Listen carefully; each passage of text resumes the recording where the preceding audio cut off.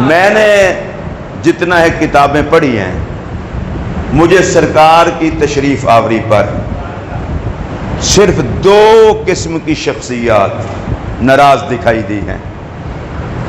میں دونوں کا نام لے لیتا ہوں۔ پہلے تو جس دن میلاد کا میرے آقا تشریف لائے، رنا ابلیس چیخنے لگ گیا، چیخا۔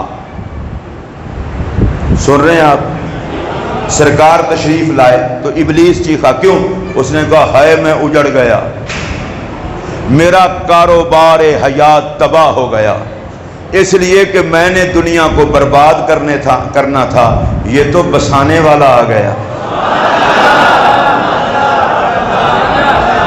میں نے لوگوں کو جہنم میں لے جانا تھا، یہ تو دامن میں چھپا کے جنت تک لے جانے والا آ گیا۔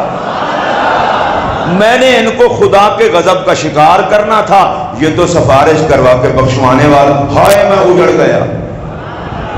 اچھا، ایک دوسرا بندہ بھی چیخا تھا مدینہ طیبہ میں، یہ ایک یہودی تاجر تھا، چیخا زور سے۔ لوگوں نے کہا خیر ہے؟ اس نے کہا ہاں، لگتا ہے آج اس امت کا نبی پیدا ہو گیا ہے۔ بتاؤ کوئی مکہ میں کوئی ایسا بچہ پیدا ہوا ہے قریش کے ہاں؟ بتایا گیا۔ اس نے جا کے سرکار کو دیکھا، سرکار کی ختم نبوت کو دیکھا، ختم نبوت کی مہر کو، چیخا۔ انہوں نے کہا تجھے کیا بیماری پڑ گئی ہے، کیوں چیخ رہا ہے؟ اس نے کہا بنی اسرائیل سے نبوت چلی گئی، اب نبوت بنو اسماعیل میں محمد عربی نبی بن کے آ گئے۔ آپ پھر سنیے، شیطان چیخا کہ میں اجڑ گیا۔ جو نبی کے آنے پہ اجڑے وہ تو چیخے، جو سنورے وہ کیوں نہ جشن منائے؟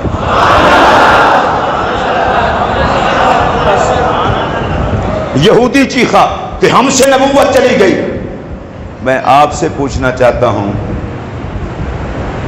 میں فرقہ واریت نہیں کر رہا، شیطان چیخا تھا، یہودی چیخا تھا۔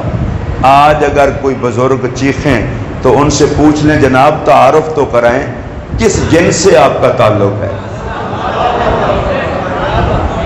اگر تعلق شیطان سے ہے پھر بھی چیخنا بنتا ہے، اگر تعلق یہود سے ہے پھر بھی چیخنا بنتا ہے، تعلق محمد سے ہے پھر چیخنا تو نہیں، پھر تو جشن کا موسم ہے۔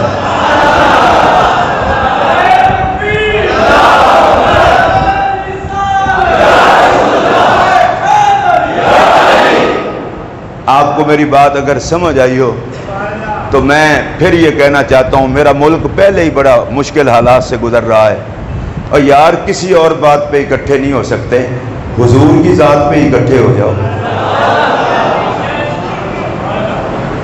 ڈاکٹر صاحب امریکہ سے تشریف لائے ہیں، میں بھی جاتا رہتا ہوں یو کے یورپ میں۔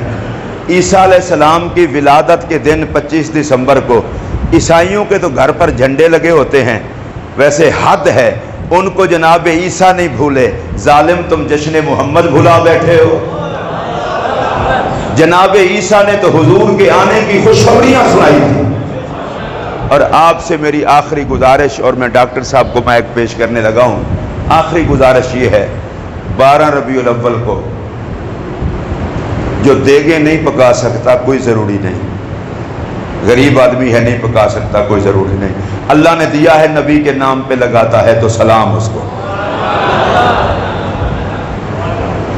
اچھا تبرک نہیں بانٹ سکتا کچھ نہیں، کوئی ضروری نہیں، بچوں کو اکٹھا کر کے میرے نبی پر درود و سلام تو پڑھا جا سکتا ہے۔